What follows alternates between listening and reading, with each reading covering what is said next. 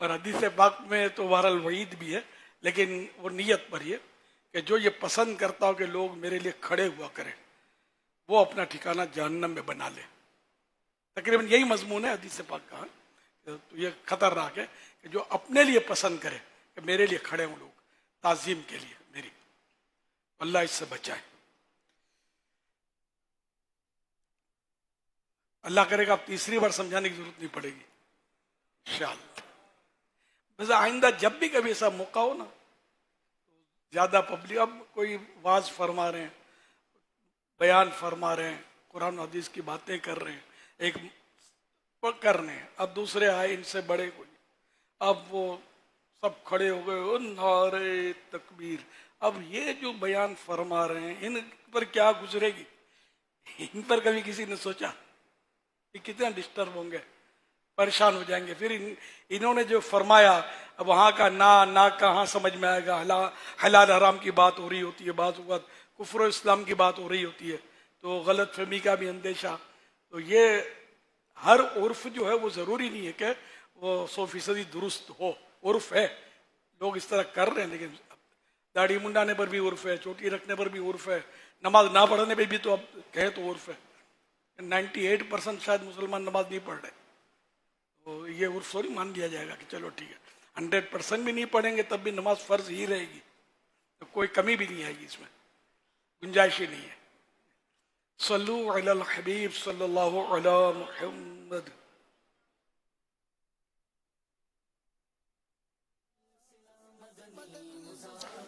ماشاءاللہ ہمارے جامعات المدینہ جو دعوت اسلامی کا اہم ہی نہیں اہم ترین شعبہ اور ہمارے سر کا تاج ہے جامعات المدینہ کا شعبہ. جامعات المدینہ کے شعبے سے بھی وابستہ ہمارے اساتذہ کرام آج الحمدللہ 3 دن کے لیے کل سے ان کا اجتماع جاری ہے. آج کی دوسری شب اللہ کی رحمت سے بڑا دور دور سے سفر کر کے یہ صاحبان تشریف لائے ہیں. اللہ ان سب کا آنا، آپ سب کا آنا قبول فرمائے. جانا بھی قبول فرمائے. جانا بھی ہوگا نا، جامعات المدینہ سنبھالنے بھی ہے نا، پڑھانا بھی ہے، علم دین کو مزید آگے پھیلانا بھی ہے. اللہ آپ سب کو سلامت رکھے، آپ کے درجے بلند فرمائے اور علم و عمل میں مدینے کے 12 چاند لگائے. خوب اخلاص کے ساتھ اسلام کی خدمت جاری رکھیں.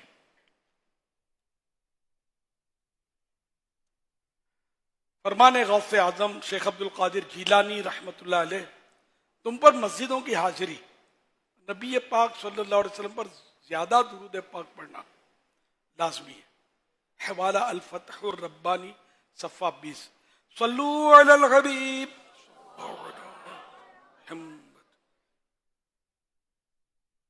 امیر المؤمنین فی الحدیث بخاری شریف کے مصنف حضرت سیدنا امام محمد بن اسماعیل بخاری رحمۃ اللہ علیہ فقہ حنفی کے عظیم امام شاگرد امام اعظم حضرت سیدنا امام محمد رحمۃ اللہ علیہ کی خدمت بابرکت میں حاضر ہوئے اور فقہ میں کتاب الصلاح سیکھنے لگے. حضرت سیدنا امام محمد رحمۃ اللہ علیہ نے جب ان کی طبیعت میں فقہ میں عدم دلچسپی یعنی کم دلچسپی یا دلچسپی نہ ہو نہ پایا اور علم حدیث کی طرف رغبت دیکھی تو ان سے فرمایا آپ کو چاہیے آپ جائیے اور علم حدیث حاصل کیجیے، کیونکہ آپ رحمۃ اللہ علیہ نے اندازہ لگا لیا تھا کہ ان کی طبیعت علم حدیث کی طرف زیادہ مائل ہے. پھر جب امام بخاری رحمۃ اللہ علیہ نے اپنے استاذ محترم کے مشورے پر عمل کرتے ہوئے علم حدیث حاصل کرنا شروع کیا، دیکھنے والوں نے دیکھا کہ آپ رحمۃ اللہ علیہ تمام ائمہ حدیث سے سبقت لے گئے. حوالہ راہ علم صفحہ 35. اللہ رب العزت کی ان پر رحمت ہو اور ان کے صدقے ہماری بے حساب مغفرت ہو. اللہم آمین بجاہ خاتم النبیین صلی اللہ علیہ وآلہ وسلم. تو پیارے پیارے اساتذہ کرام، آپ نے دیکھا حضرت امام محمد رحمۃ اللہ علیہ نے اپنے تجربے اور دور اندیشی سے کیسے اندازہ لگا لیا کہ امام بخاری رحمۃ اللہ علیہ علم حدیث میں امت کو زیادہ فائدہ پہنچا سکتے ہیں. جو اساتذہ کرام ہیں ان کو بھی اپنے طلباء کرام کی نفسیات کی پہچان ہونی بھی چاہیے. جب کسی طالب علم پر خاص توجہ دیں گے تو انشاءاللہ الکریم آپ دیکھیں گے کہ کسی ایک علم میں بظاہر دلچسپی نہ رکھنے والا طالب علم کسی دوسرے علم میں شاید فرسٹ آ جائے. یہ موقع کی مناسبت سے ہوگا. درس نظامی میں تو خیر ترمیم نہیں ہو سکے گی، وہ تو جس سے ہے وہ تو کرنا ہی ہے، اس کے بعد بھی تو منزلیں ہیں نا. اللہ پاک ہمیں امام محمد، امام بخاری اور دیگر ائمہ حدیث رحمہم اللہ المبین کے فیضان سے مالا مال فرمائے. اللہم آمین. جائے خاتم النبیین صلی اللہ علیہ وسلم.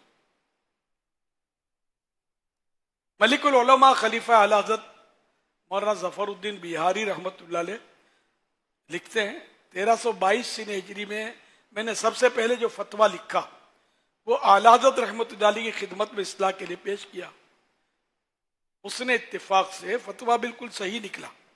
اعلی حضرت رحمۃ اللہ علیہ اس فتوے کو لیے ہوئے خود تشریف لائے اور 1 روپیہ دست مبارک سے فقیر کو یعنی مجھے عنایت فرماتے ہوئے ارشاد فرمایا، مولانا سب سے پہلا فتویٰ جب میں نے لکھا تھا، اعلیٰ حضرت فرما رہے ہیں کہ جب میں نے لکھا تھا پہلا فتویٰ تو میرے والد ماجد نے مجھے شیرینی کے لیے 1 روپیہ عنایت فرمایا تھا.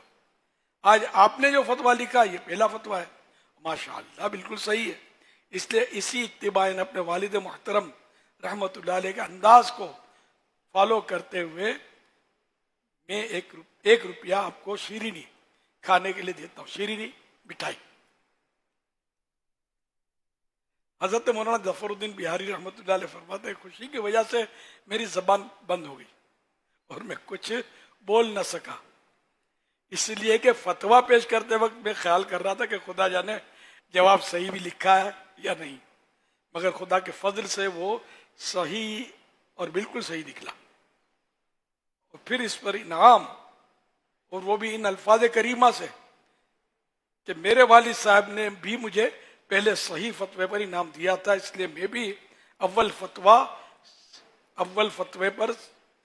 صحیح فتوے پر انعام دیتا ہوں. حق یہ ہے کہ ایک خادم کی وہ عزت افزائی ہے جس کی حد نہیں، اور اس کے بعد اس کو یعنی حوصلہ افزائی اور عزت افزائی کو ہمیشہ برقرار رکھا. پھر یہ کہ اپنی ذہانت میں، اپنی فتویٰ نویسی میں اور اپنی کوششوں میں کمی نہیں کی. اس کو نہ کسی کو تمغہ ملتا تو تمغے کو باقی بھی رکھنا ہے. کوئی مفتی بنتا ہے تو اب وہ مفتی کو باقی بھی اپنے مسند کو باقی بھی تو رکھنا ہے نا، کیونکہ مفتی کی تعریف یہ ہے کہ وہ طبیب حاذق کی مثال دی اعلیٰ حضرت نے، ماہر طبیب کی، کہ جو اپنے استاد یعنی کسی طبیب کے ماتحت، ماہر طبیب کے ماتحت طبابت کرے، اس کے ماتحت رہ کر وہ علاج معالجے کی ترکیب کرے، پوچھ کر ان سے. اور جب اس کا استاد یعنی یہ برسوں کا لکھا، جب برسوں تک یہ کرے اور اس کے بعد جب اس کا استاد اس کو اجازت دے دے علاج کرنے کی، اب یہ خود بھی طبیب حاذق بنا شاگرد. یہی حال مفتی کا ہے کہ مفتی بے قاعدہ علم سے نہیں بنتا، باقاعدہ علم. تو طبیب حاذق کی طرح برسوں اپنے استاد کے ماتحتی میں فتوے لکھنے ہوں گے.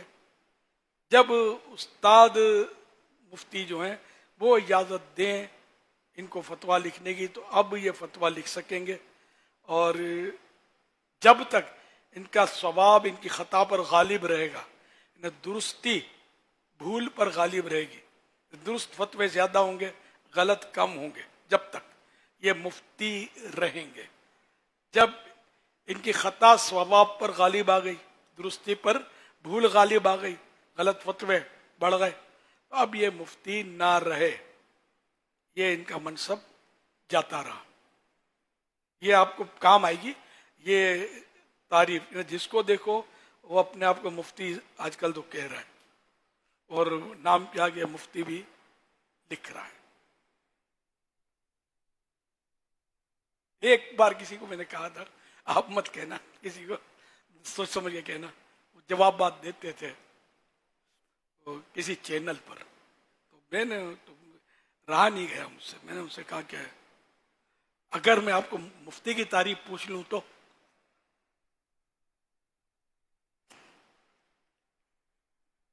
خاموش ہو گئے. برسوں پرانی بات ہے، مگر آپ کسی مفتی کو بولنا نہیں ہے، جھگڑا ہو جائے گا. صلو علی الحبیب صلی اللہ علیہ محمد. وسلم. وہ اپنا قد ہوتا ہے نا، ماتحت کو کوئی بول دے جیسے چھوٹے کو یا اپنے مرید کو یا شاگرد کو استاد بول دے تو وہ چل جاتا ہے، بیٹے کو باپ بول دے تو چل جاتا ہے.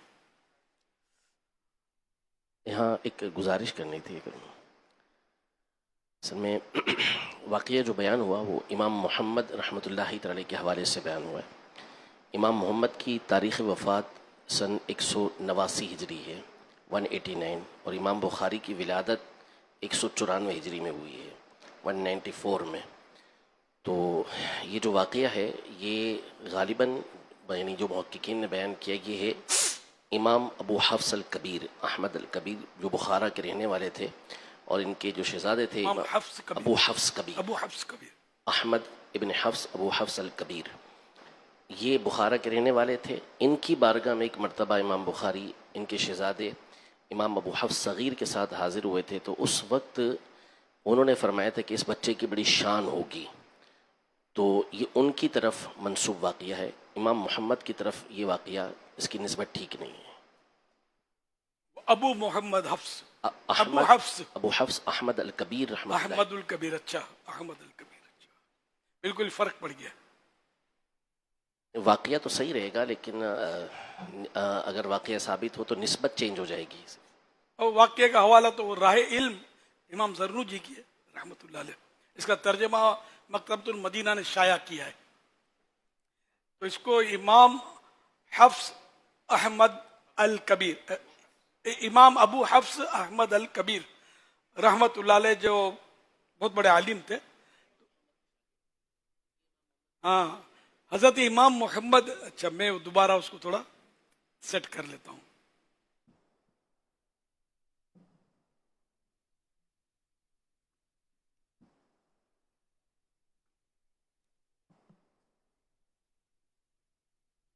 تو یہ امام اعظم کے شاگرد بھی نہیں تھے بلکہ امام محمد کے شاگرد تھے. حضرت امام محمد محرر مذہب ہے نا.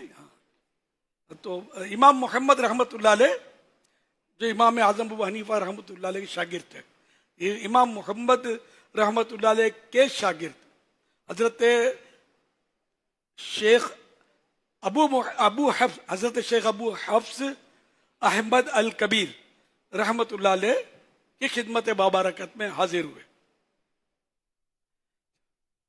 اگر اس کو اور واضح کر دیں یعنی ابو حفص الکبیر، یعنی جو الکبیر جو لفظ ہے نا، وہ احمد نام ہے، ابو حفص کنیت ہے، اور ابو حفص کے ساتھ الکبیر لگتا ہے اور ان کے بیٹے کے ساتھ الصغیر لگتا ہے. ابو حفص الکبیر، احمد ابو حفص الکبیر. احمد پہلے آئے گا نہیں، احمد نام ہے جی، وہ پہلے آپ فرما دیں. احمد ابو حفص الکبیر. احمد ابو الحفص الکبیر رحمۃ اللہ علیہ.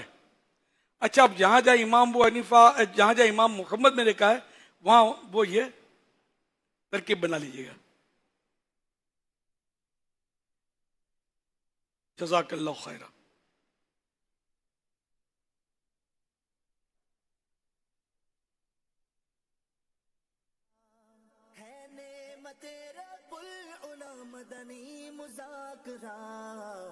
اچھا تو جو واقعہ میں نے ابھی وہ اعلیٰ حضرت کا بتایا، 1 روپیہ انعام دینے والا، یہ اس وقت کا روپیہ، آج کا لاکھ روپیہ ہے بھائی.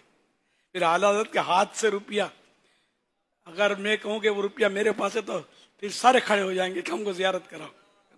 ایسی ہستی کا تحفہ، وہ انمول، لاکھ بھی کیا چیز ہے، انمول روپیہ.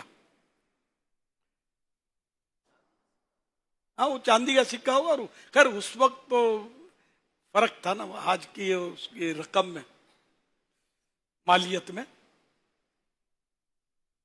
تو یہ کہ کبھی کوئی طالب علم بھی اچھا کام کر لے، کوئی اچھا سبق سنا دے، کوئی ہوشیاری کی بات کرے تو اس کو استاد تحفہ دے گا تو اس کے لیے وہ یادگار ہوگا اور اس کی حوصلہ افزائی اور اس کے آگے بڑھنے کا سبب بن سکتا ہے وہ. تو یہ سمجھنے کی بات ہے، ایسا کرنا چاہیے، اور کرتے بھی ہو سکتا ہے، بعض کرتے ہوں گے.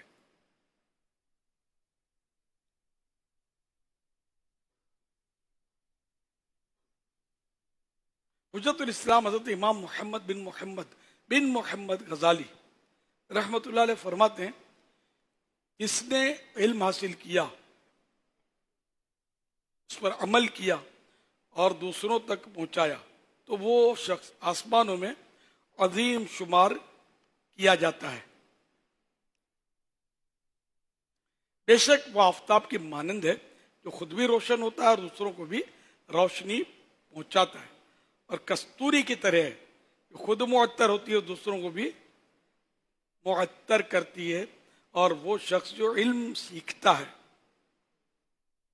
مگر اس پر عمل نہیں کرتا، وہ چراغ کی بتی کی مثل ہے جو خود جل کر اوروں کو روشنی مہیا کرتی ہے.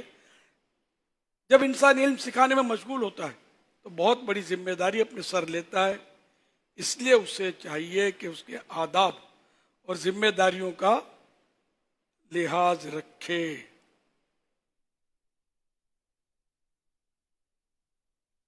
اب کچھ آداب عرض کروں گا جو زیادہ تر احیاء العلوم سے لیے گئے ہیں.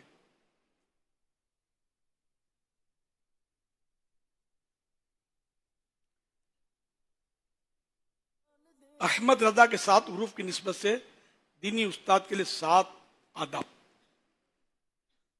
نمبر 1، استاد شاگردوں پر شفقت کرے اور انہیں اپنے بیٹوں جیسا سمجھے. نبی پاک صلی اللہ علیہ وآلہ وسلم نے ارشاد فرمایا،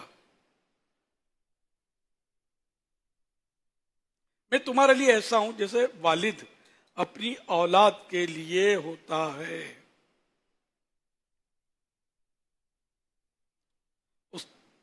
حوالہ ابن ماجہ شریف حدیث نمبر 313. استاذ کا مقصود یہ ہو کہ وہ شاگردوں کو آخرت کے عذاب سے بچائے گا. یہ مقصد والدین کے اپنی اولاد کو دنیا کی آگ سے بچانے سے زیادہ اہم ہے. اسی وجہ سے استاذ کا حق ماں باپ کے حق سے زیادہ ہے، کیونکہ والد اس کے جسمانی وجود اور فانی زندگی کا ذریعہ ہوتا ہے، جبکہ استاذ باقی رہنے والی زندگی کا سبب ہوتا ہے. اس سے وہ استاذ مراد ہے جو علوم آخرت سکھاتا ہے، یا وہ مراد ہے جو علوم دنیا آخرت کی نیت سے سکھاتا ہے. نمبر 2، استاذ نبی رحمت صلی اللہ علیہ وسلم کی پیروی کرے اور علم پر اجرت طلب نہ کرے، نہ اس سے کسی بدلے یا تعریف و شکریہ کا ارادہ کرے، بلکہ خالصتاً اللہ پاک کی رضا و خوشنودی اور اس کا قرب حاصل کرنے کے لیے علم سکھائے.